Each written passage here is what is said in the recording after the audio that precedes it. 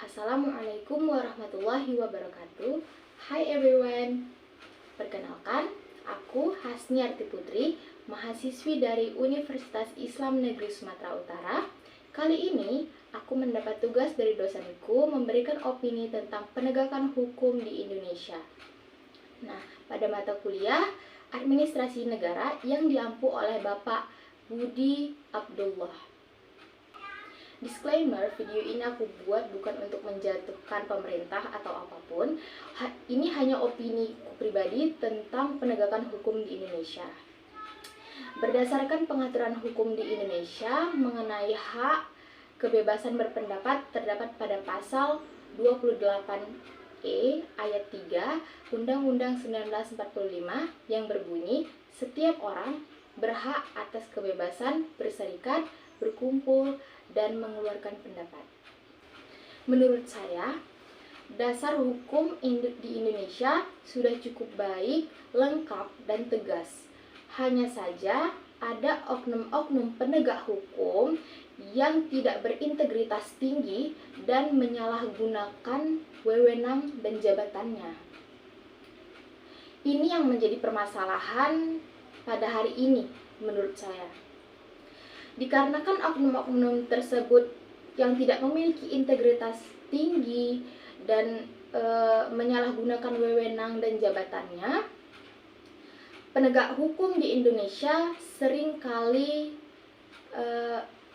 dibilang tumpul ke atas, tajam ke bawah. Artinya ada ketidakadilan gitu. Saya sebagai mahasiswi hukum sangat miris mendengar pernyataan ini dari masyarakat. Hukum itu seharusnya diorientasikan untuk mewujudkan keadilan, tapi dijadikan alat untuk mencapai tujuan tertentu oleh para penguasa negara. Sangat disayangkan.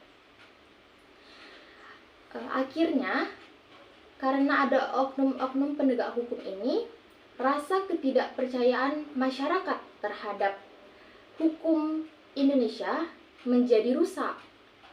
Secara tidak langsung, hal ini membentuk opini masyarakat segala hal harus menggunakan duit sebagai alat pelancar dan harus mempunyai jabatan yang tinggi. Oknum-oknum tersebut itulah yang menghambat keadilan penegakan hukum di Indonesia ini. Jika hal ini tidak segera diatasi dan disembuhkan, maka akan memunculkan akibat lumpuhnya penegakan hukum di Indonesia. Menurut saya, solusinya adalah kita mulai dari hal-hal yang sederhana.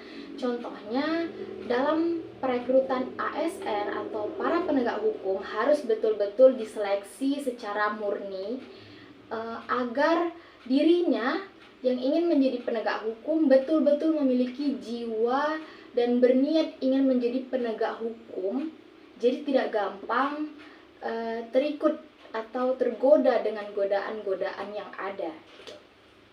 Lalu solusi yang kedua menurut saya, hendaknya apabila ada orang-orang atau pejabat negara atau orang-orang penguasa di negara ini yang memiliki kekuasaan, apabila dia bersalah maka harus diberikan hukuman yang setimpal dengan perbuatannya gitu. Jangan diringankan, jangan juga diberatkan, harus sesuai dengan dasar hukum kita gitu.